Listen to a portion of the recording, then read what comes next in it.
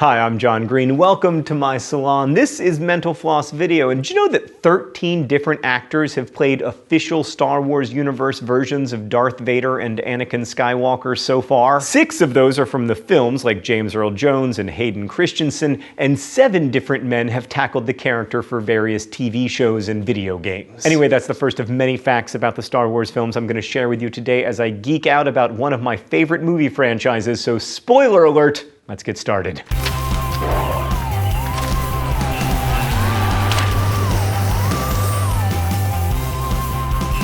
So I think we're going to talk about the movies in chronological order of their release dates. I hope that's acceptable. It does allow us to begin with the good ones. A few interesting actors auditioned for Han Solo before Harrison Ford got the gig, including Sylvester Stallone, Kurt Russell, and Robert Englund, aka Freddy Krueger. Speaking of character origins, there's an interesting story for how R2-D2 got his name. According to sound editor Walter Murch, as he was working on American Graffiti, Murch asked for Real 2 Dialogue 2, and Lucas was like, I like the sound of that abbreviation, so he wrote it down for later. That said, Lucas himself has hinted that the name was chosen by going through a list of phonetic possibilities. Now, probably the biggest debate related to A New Hope is whether Han shot first in his fight with Greedo. That was the case in the original 1977 release, but Lucas changed it for the re-release in 1997, so it looked like Greedo shot first and then Han responded. And Lucas even once claimed that his idea was always that Greedo would shoot first, but that the framing of the original didn't make it clear. But then, in 2015, an uncovered 1976 shooting script for the film made news. It was being handled by a librarian named Christian Brown, who said, I can tell you 100%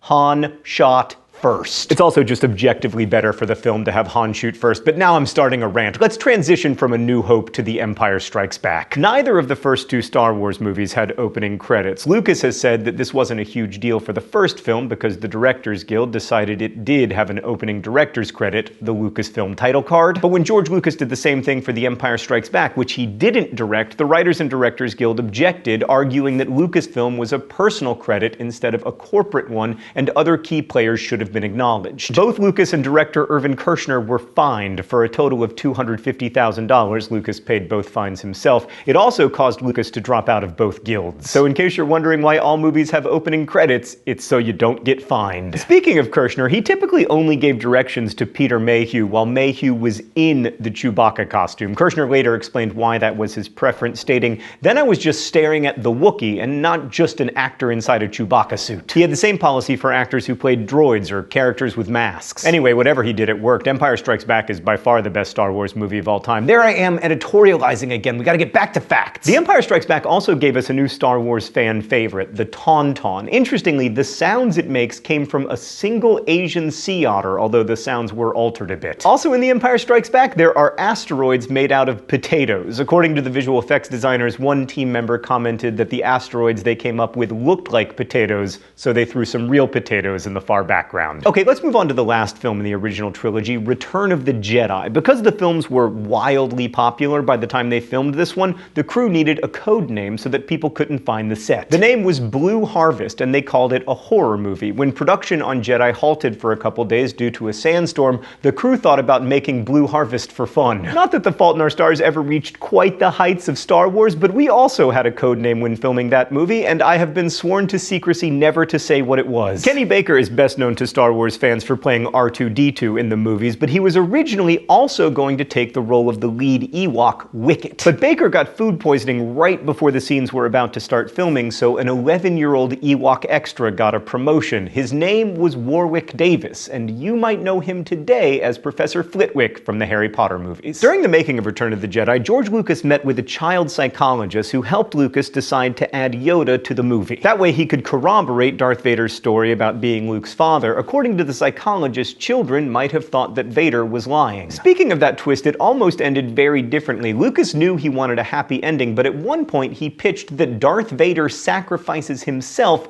to kill the Emperor, and then Luke would lift Vader's helmet and put it on his own head and say, now I am Vader. That maybe should have been an indication that movies are best when they are massive collaborations and not when you give one person control over every facet of making the movie Phantom Menace. I'm sorry I'm editorializing again. Facts! Facts. Alright, toward the beginning of Return of the Jedi, a band plays a song called Lapti Nek, or at least they used to. Basically, this song was in the original release of Return of the Jedi. It was even released on record in the mid-1980s, but in the 1997 re-release of the film, the song was replaced with a new one called Jedi Rocks. 16 years after Return of the Jedi, the first prequel came out in 1999. It was called The Phantom Menace, and while the film was in development, they almost gave Jar Jar Binks a dog-like buddy. That character is in the book The Wildlife of Star Wars: A Field Guide, and it's labeled as a blarth. One more editorial interjection. I was recently watching The Phantom Menace with my 6-year-old son, and he turned to me and said, "Jar Jar Binks is funny," and I turned back to him and I said, "You be quiet." You might remember the group of senators in The Phantom Menace who look a lot like E.T. from the iconic Spielberg film, and one of the characters is named Greebleeps, which is Spielberg spelled backwards. George Lucas also borrowed some moments from his own life in The Phantom Menace. For example, when Anakin builds his own pod racer, it echoes the time that a teenage Lucas built his own 2-cylinder Fiat Bianchina. And this film introduced us to Padme, who has some amazing costumes, like the famous red throne room gown. The dress had lanterns at the bottom that lit it up. It took about 8 weeks to make and cost around $60,000. Okay, moving on to the second prequel, Attack of the Clones. There was almost an in-sync cameo in Attack of the Clones because, you know, it was 2002. Joey Fatone, J.C. Chazé, and Chris Kirkpatrick filmed a scene in which they were all Jedi Knights. As for why, producer Rick McCallum's daughters were fans. We don't know why exactly they were cut from the film, but it may have been because when the news leaked, Star Wars fans were up in arms. I've already mentioned some of the ways that little bits of Lucas's own life end up in the Star Wars movies, and that was the case with the Geonosians in Attack of the Clones too. Kind of. They were an altered version of a Nemoidian concept from the previous movie, and during the time they were being designed, Lucas had termites in his house. He brought some into work in a jar for the illustrators,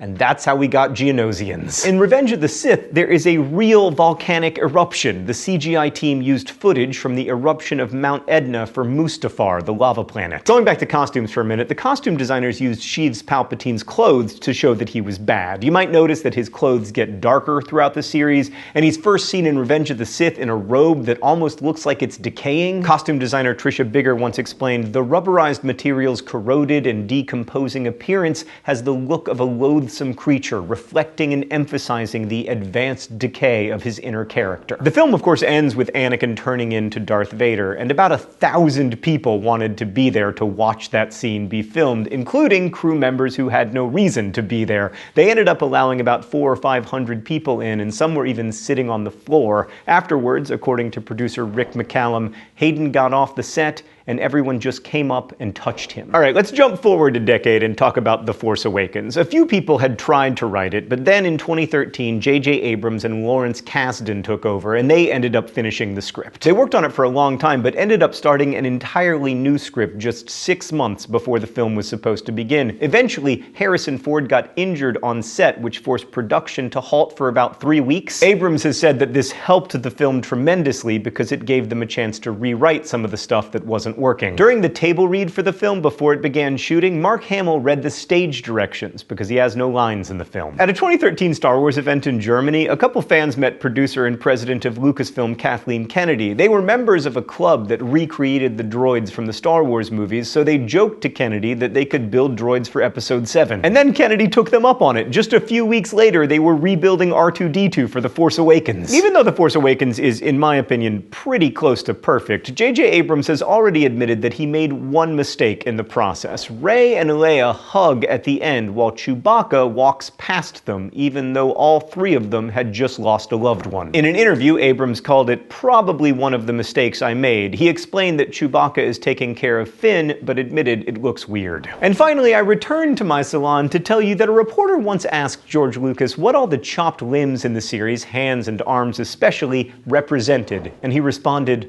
"That's what happens when you play with swords." But I don't buy it. There's some deep mythical stuff going on there. Anyway, thanks for watching Mental Floss video, which is made with the help of all of these lovely people. Let me know in comments what your favorite Star Wars movie and character are. Mine, Lando Calrissian and Empire Strikes Back. I hope you like the Star Wars movies as much as I do, and as we say in my hometown, don't forget to be awesome.